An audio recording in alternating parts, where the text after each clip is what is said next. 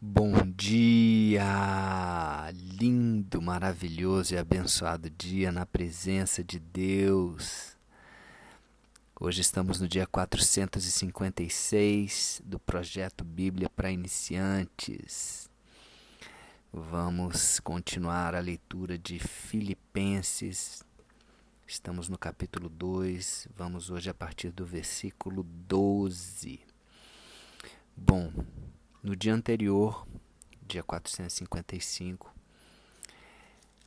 nós lemos aqui um trecho poderoso falando de Jesus, o exemplo de Jesus, de Cristo, né, como alguém que veio para se humilhar, para entregar a vida dele, né, por nós, um exemplo de obediência, para que todo homem, para que toda pessoa confesse, né, que Jesus é o nome acima de todo nome, todo joelho se dobre.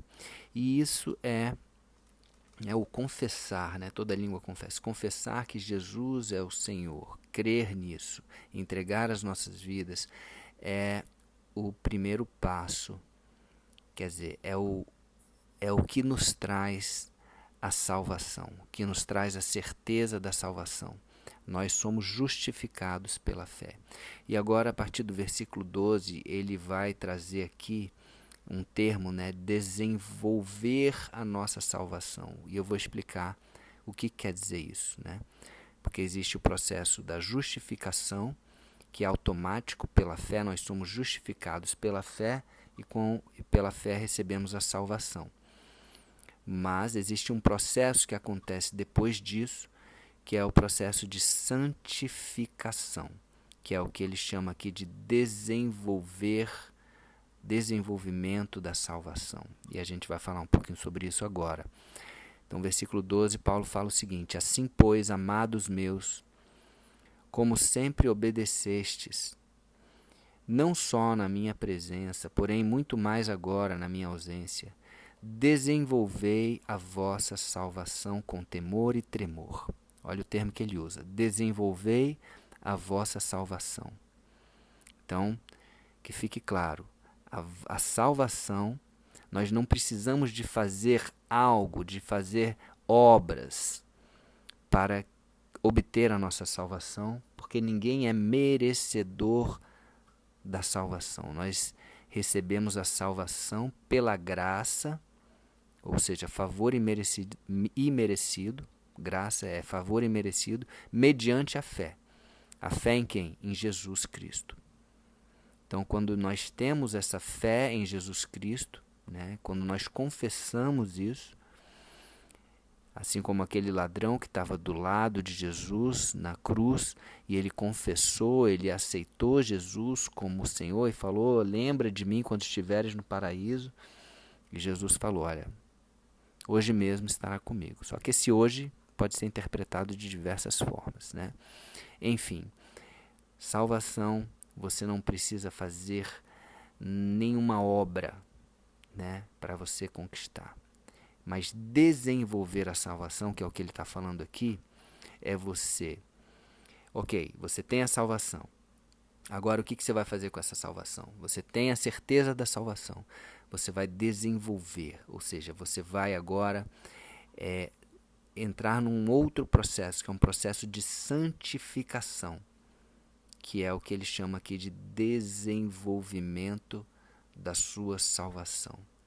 Porque a fé sem obras ela é morta. A fé nos leva à salvação, mas sem obras é como se você tivesse uma fé morta. Né? Aquela fé que é uma superstição, ou aquela fé que é uma ilusão. Se Deus quiser, isso vai acontecer. E aí você não faz nada. Isso não é fé. Fé é você. Se Deus quiser, ele vai fazer, mas você vai e faz a sua parte. E Deus faz a dele. Tá bom? Então ele fala: com temor e com tremor você vai desenvolver essa salvação. Com o quê? A sabedoria, com a consciência de que Deus está vendo tudo e ele sabe desde o dia da hora que você acorda, Ele conhece você, Ele sabe dos seus pensamentos, então tenha isso em mente, porque inclusive o temor e o tremor, né, a Deus é o princípio da sabedoria. Versículo 13. Porque Deus é quem efetua em vós tanto querer como realizar, segundo a sua boa vontade. Ou seja, Romanos 12, 2 diz que para que nós possamos conhecer a vontade, né, boa, agradável e perfeita de Deus, nós precisamos o quê? Transformar a nossa mente. Então, quando nós alinhamos a nossa mente, a mente de Deus, nós conseguimos estar tão conectados e tão íntimos a Deus que o próprio querer vem dele. O próprio querer. Você começa a desejar e querer novas coisas. Você vai mudando, inclusive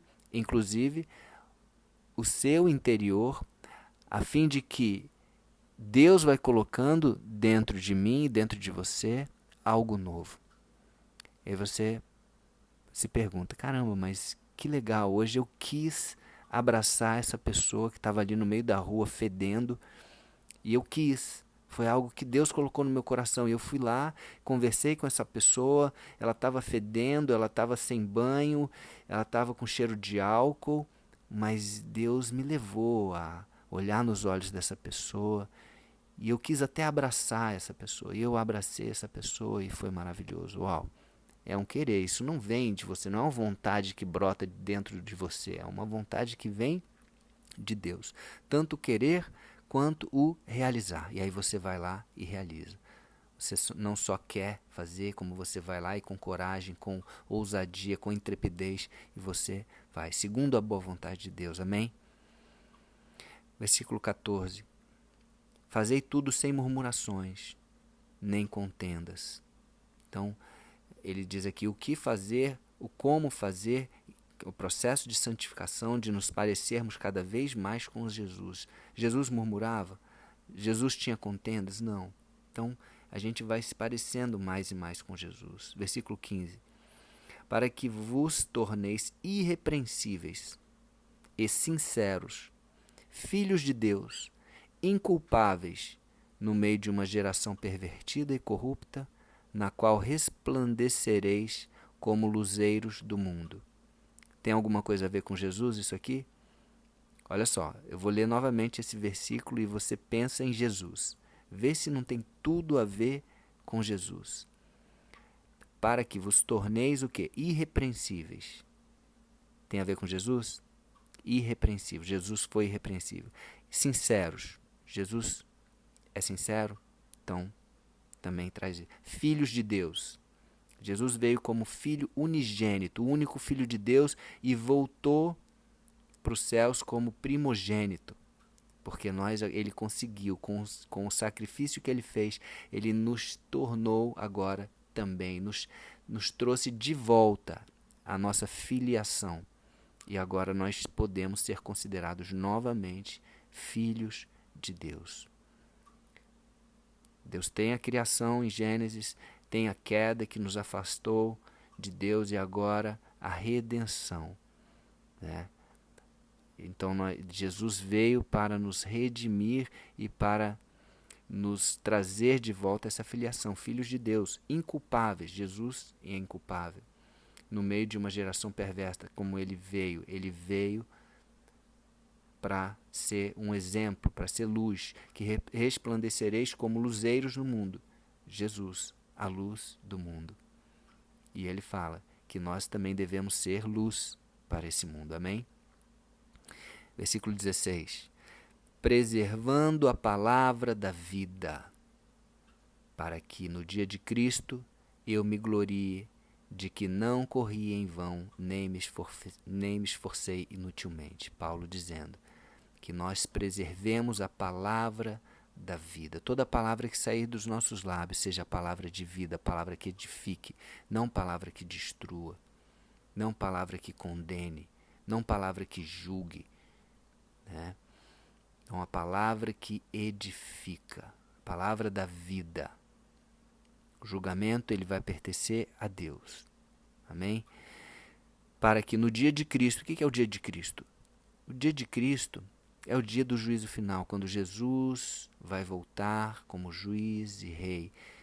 Então, antes de Jesus vir, os judeus, o povo de Deus, esperava o Messias, esperado, aguardado. Agora o Messias veio e agora ele prometeu que ele vai voltar. Então agora a nossa espera é outra, só que ele vai voltar de uma forma diferente. A gente já falou sobre isso aqui.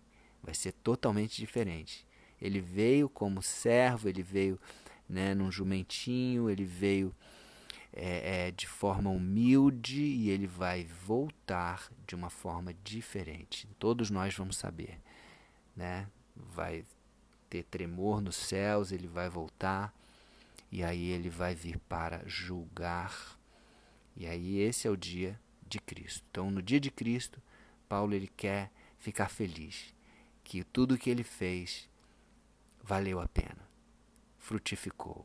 As pessoas realmente elas entenderam, elas se santificaram e ele quer ter ele quer se gloriar nisso, não nele mesmo, mas no que ele fez pelas pessoas, né? No que ele pôde, a obra dele, né? A obra de Paulo de poder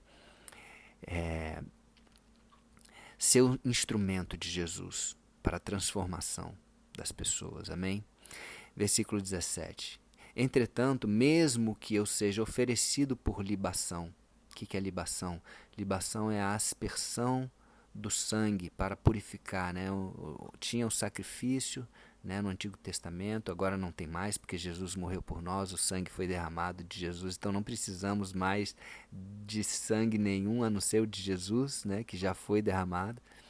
Mas ele está se referindo aqui, mesmo que Paulo se ofereça como libação, que o sangue, né, na outra tradução aqui, né, fala que talvez o meu sangue, né, isto é, a minha vida, seja apresentado como uma oferta, né, sobre o sacrifício e o serviço da vossa fé.